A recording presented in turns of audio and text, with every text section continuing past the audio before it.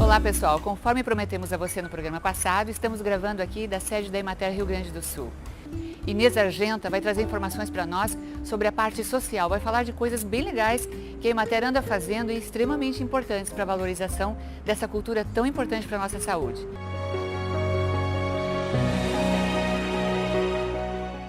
A Inês, ela é gerente adjunta técnica aqui da Emater e ela vai conversar com a gente então sobre ações sociais, que é o foco da Emater, obviamente, né? Mas você vai conhecer agora alguns projetos bem bacanas que passam por aqui. Por gentileza, fala pra gente sobre o programa PNAE. Como é que funciona? O que vem a ser o programa PNAE? O programa PNAE é o Programa Nacional de Alimentação Escolar. Na verdade, é uma política pública já bem antiga, não é de agora. Ela iniciou nos anos 90, bem naquele período que houve muita corrupção, desvio de merenda escolar. Sim. Então, nesta época, os conselhos começaram a fiscalizar a compra da merenda escolar. Em 2009, através de regulamentação de lei, passou a ser obrigatório 30% da merenda escolar adquirida nas escolas municipais e estaduais serem oriundas da agricultura familiar. Isso qualificando todo o processo da alimentação escolar, com um nutricionista nas escolas, planejando um cardápio, né, de alimentação. Através desse cardápio, os agricultores se organizam na produção dos alimentos para fornecer para as escolas, então. A pergunta correta que eu gostaria de fazer, então, como é que é a participação da Emater no programa PNAE? A Emater trabalha na organização dos agricultores e na produção dos alimentos, na orientação técnica, certo. Porque esses alimentos adquiridos para alimentação escolar, preferencialmente eles devem ser alimentos orgânicos, alimentos mais limpos, de mais qualidade. Então a Emater trabalha na organização, que a preferência de compra desses alimentos também são de agricultores organizados, através de grupos, cooperativas, e também na produção. Então, a orientação na produção e na escala dos alimentos, porque são alimentos que eles precisam ser produzidos com escala, não pode faltar. Então, por isso que eles se organizam em grupos, cada agricultor produz um tipo de alimento, juntando, eles entregam para a merenda escolar. Que maravilha isso. Isso ocorre automaticamente uma valorização da agricultura familiar, que é uma missão da Emater. Da agricultura familiar, trabalhando a intersetorialidade, né, que a renda fica para o município, que todos ganham, o município ganha, o aluno ganha comendo uma merenda de qualidade e o agricultor também, que ele agrega a sua renda familiar, esta valorização do seu produto. Toda a merenda adquirida nas escolas municipais e estaduais, elas têm participação, né, do PNAE, que é essa aquisição de merenda escolar da agricultura familiar. E a Emater ajuda a fazer essa avaliação, essa organização? Essa organização dos agricultores, né, eles se organizam para entregar essa merenda de qualidade e também em quantidade, porque é necessário que tenha qualidade e quantidade e todas as semanas, né? Sim. É preciso que se respeite também o período de entrega para que se garanta... Porque senão também esvazia o programa, né? Que é uma ideia maravilhosa. Esvazia o programa e o aluno fica sem merenda, né? Que é o mais importante. Que outros projetos você tem? Eu ouvi falar com relação às comunidades indígenas, por exemplo. Eu até gostaria de falar um pouquinho mais sobre o trabalho da Emater. No ano de 2015, nós atendemos 213 mil famílias no Rio Grande do Sul.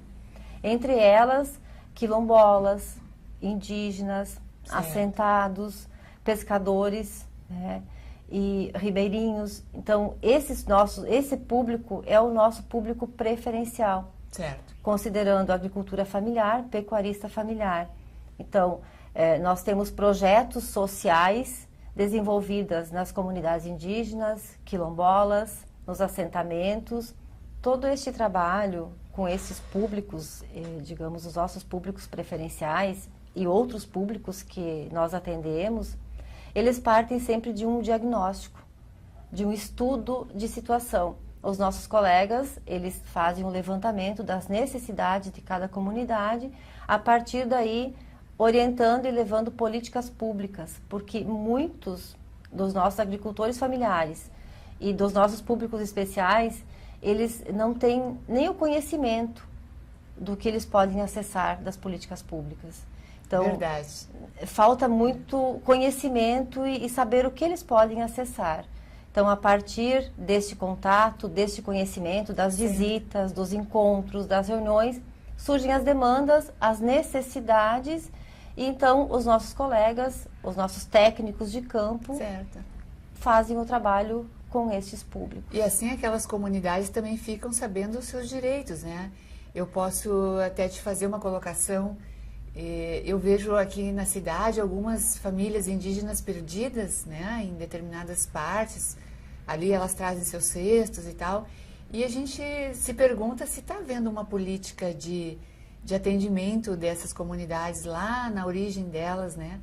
Que talvez, no nosso entender, se isso estivesse acontecendo, elas não viriam para cá, mas está acontecendo na verdade, então.